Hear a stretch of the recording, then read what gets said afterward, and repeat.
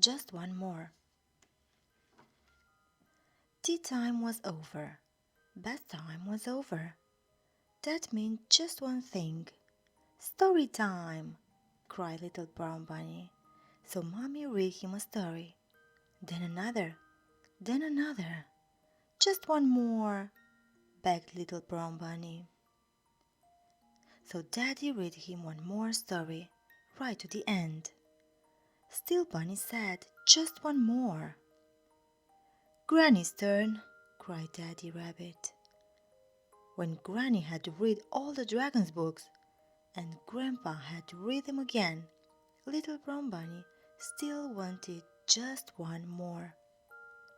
Mommy Rabbit gave a great big yawn. But little brown bunny, look, she said, we've read all your stories, see?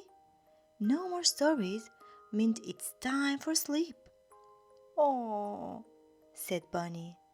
Maybe, he whispered, I'll make a bedtime book, a super, super long one. Then story time will last all night. Next morning, Bunny hopped out of bed. Hooray! He cried. Time to make my story! He bounced across to his making things box. Soon he was writing big, long words and drawing lots of pictures. At last he heaved up his heavy book. This was going to be the longest story ever. Are you sitting comfortably? He asked his toys. We might be here a long, long time. 2 minutes later, it was all over.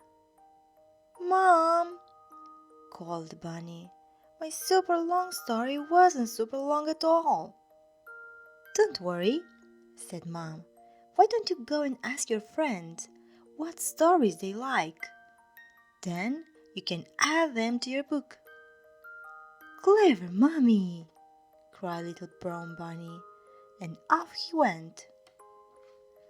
Little Owl was playing with his rocket when Bunny bounced in.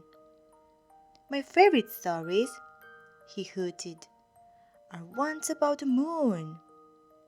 One day I'm going to fly there. Zoom! I love the moon too, said Bunny. Thanks, Owl. And he blasted off to find Little Mouse. Little Mouse was having a teeny snack when Bunny bounced in. I love stories about cheese, she mumbled. Big cheese, small cheese, round cheese, pongy cheese, any cheese really. Thanks, Mouse, giggled Bunny, holding his nose, and he raced off to find Little Wolf. Little Wolf was having a tea party when Bunny came by. Well, I do love stories about piggies, he said, and that grandma with the big furry ears. My favorite story, grinned Big Daddy Wolf, is the one all about hugs. Oh, Daddy, giggled Little Wolf, what big arms you have! All the better to hug you with, chuckled Daddy Wolf, and he gave his boy a big daddy kiss on the nose. Thanks for your help, Bunny called. Then he huffed and puffed all the way back home. Little Brown Bunny got out his book and scribbled down stories of moons made of cheese and rockets and big fluffy hugs. By the time he had finished, it was dark outside. Come on, everyone, he called. This is going to be the best, most super duper storybook ever. He opened it ever so carefully and took a big deep breath. Then Little Brown Bunny fell fast asleep.